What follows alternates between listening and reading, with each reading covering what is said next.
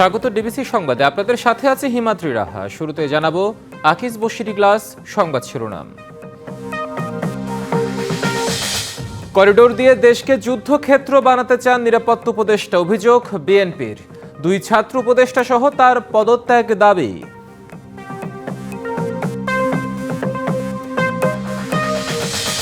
ঢাকা দক্ষিণের মেয়রের দায়িত্ব বুঝিয়ে দেওয়ার দাবিতে নগর ভবনে তালা, কাল ফের অবস্থান। আন্দোলনে না থাকলেও জনদাবি অস্বীকার করতে চান না ইশরাক।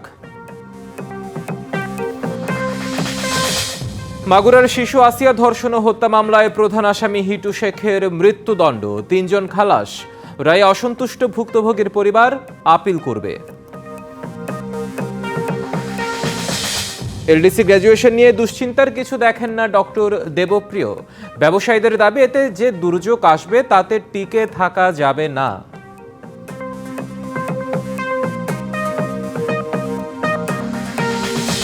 এনবিআরকে 2 ভাগ করার প্রতিবাদে কর্মকর্তাদের চলছে টানা কলম বিরতি। রবিবার 6 ঘন্টা চলবে এই কর্মসূচি।